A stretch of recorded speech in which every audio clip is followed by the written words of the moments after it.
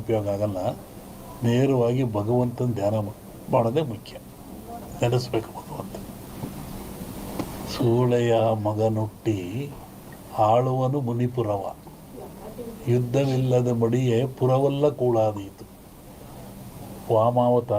ವಿಷ್ಣು ವಾಮಾವತಾರದಲ್ಲಿ ವಾಮನ ಭೂಮಿ ಕೇಳಿದ, 3 ಅಡಿ ಭೂಮಿ ಕೇಳಿದ, ಎಲ್ಲ ಉಳಿತು. ಅಮೇರಿಕಾ ದೇಶದಲ್ಲಿ ಅಲ್ಲೇ ತುಳಿದವನ್ನ ವಿಷ್ಣು ವಾಮಾವತಾರದಲ್ಲಿ ಬಲಿಯ, ಅದನ್ನು ಮುನಿಪುರ ಅಂತ ಕರೆದರು. ಇಂಡಿ ಹಿಸ್ಟ್ರಿ ಒಳಗೆ ಅಮೇರಿಕವನ್ನು ಮುನಿಗೆ ದಾನ ಕೊಟ್ಬಿಟ್ಟನಲ್ಲ, ಅವನು ವಾಮನಿಗೆ ದಾನ ಕೊಟ್ಟನಲ್ಲಪ್ಪ, ಅದು ಮುನಿಪುರ ಅಂತ. ಯುದ್ಧವಿಲ್ಲದ ಮಡಿಯ ಪುರವಲ್ಲ ಕೂಳಾದೀತು ಅಂತ.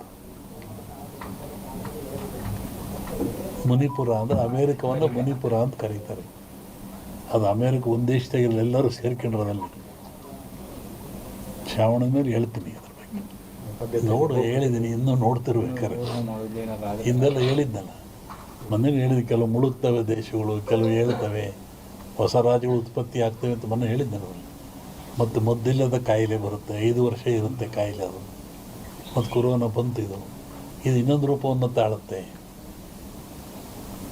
ಆದರೆ ಸಾವು ನೋವು ಕಮ್ಮಿ, ಕಾಯಿಲೆ ಮಾತ್ರ ಈ ಸಂವತ್ಸರದಲ್ಲಿದೆ. ಹೊಸ ರೋಗ ಉತ್ಪತ್ತಿಯಾಗಿ ಉಸಿರಿಗೆ ಸಂಬಂಧಪಟ್ಟದ್ದು ಜನ ಆ ಥರ ಸಾಯ್ತಾರೆ. ಆಗ ಭೂಮಿ ಹೇಳಿದ, ಭೂಮಿ ಗುಡ್ಡ ಬಿಡಿ ಉಳ್ತವೆ ಅಂತ ಹೇಳಿದ್ ನಾನು. ಬೆರೆಯುತ್ತೆ, ಉಳುತ್ತವೆ, ಸಮುದ್ರ ಜಲಬಾಧೆ, ಜನ ಸಾಯ್ತಾರೆ. ಮೊನ್ನೆ ಹೇಳಿದ್ನಲ್ಲ, ಅದೆಲ್ಲ ನಡೀತಾ ಇದ್ದಾರೆ, ಇನ್ನೂ ಇದೆ ಅದು.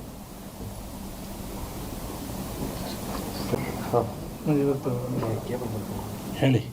ಸಚಿವರು ಭೇಟಿ ಕೊಟ್ಟವರು ಕೇಂದ್ರ ಸಚಿವರಾದ್ಮೇಲೆ ಅವರು ಸೋಮಣ್ಣವರು ಸುಮಾರು 30-40 ವರ್ಷಗಳಿಂದ ಇಲ್ಲಿಗೆ ಬರ್ತಾ ಇದ್ದಾರೆ. ಅವರು ಏನು ಅಧಿಕಾರದಲ್ಲೇ ಇದ್ದಾಗ, ಜನತಾ ಬಜಾರ್ನಲ್ಲಿ ಕೆಲಸ ಮಾಡ್ತಿದ್ದಾಗ ಇಲ್ಲೇ ಬಂದು ಉಳ್ಕೊಂಡು ಹೋಗ್ತಾಯಿದ್ರು. ಅವಾಗಿನಿಂದ ಮಠದ ಮೇಲೆ ಭಕ್ತಿಯಿಂದ ನಡ್ಕೊಳ್ತಾ ಇದ್ದಾರೆ. ಮೊನ್ನೆ ತುಮಕೂರ ಗೆದ್ದೆ ಮಂತ್ರಿ ಆದೇ ಬರೋಕ್ಕಾಗಿಲ್ಲ, ಮಠಕ್ಕೆ ಬರ್ತೀನಿ ಅಂತವ್ರು ಅದನ್ನೇ ಬಂದರು. ಈಗಲೂ ಅದನ್ನೇ ಹೇಳ್ತಾಯಿದ್ರು, ನಾನು ಜೀವನದಲ್ಲಿ ಮಠ ಬರ್ತಿಲ್ಲ, ಎದರ ಅನ್ನ ತಿಂದು ಇಲ್ಲಿಂದ ನಾನು ಭಕ್ತ ಬಂದು, ನಾನು ಭಕ್ತಿಯಿಂದ ಬಂದಿದ್ದೀನಿ, ಮಂತ್ರಿಯಾಗಿ ಬಂದಿಲ್ಲ, ಶಿಷ್ಯನಾಗಿ ಬಂದಿದ್ದೀನಿ ಅಂತ ಹೇಳಿದರು. ಹಂಗೆ ಅವ್ರು ಒಳ್ಳೆಯದಾಗಲಿ, ಯಶಸ್ಸಾಗಲಿ ಅಂತ ಹಾರೈಸ್ತೀವಿ.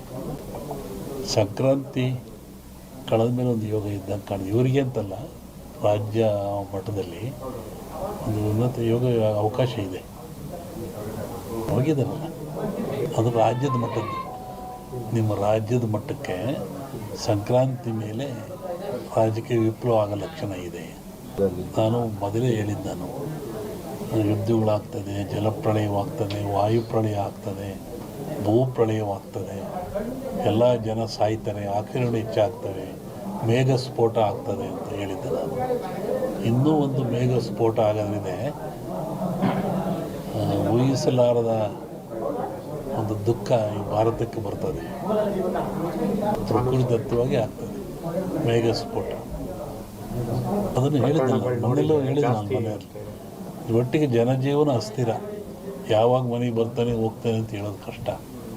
ಅಸ್ಥಿರ ಇನ್ನೂ ಜಾಸ್ತಿ ಆಗ್ತದೆ. ಅದರಲ್ಲಿ ಅರಸನಾಲಯಕ್ಕೆ ಕಾರ್ಮೋಡ ಕವಿದೀತು. ಅದು ರಾಜ್ಯಕ್ಕೂ ಇದೆ, ಸೆಂಟ್ರಲ್ಗೂ ಇದೆ. ಹಿಂದೆ ಹೇಳಿದ್ದು 2-3 ಜನ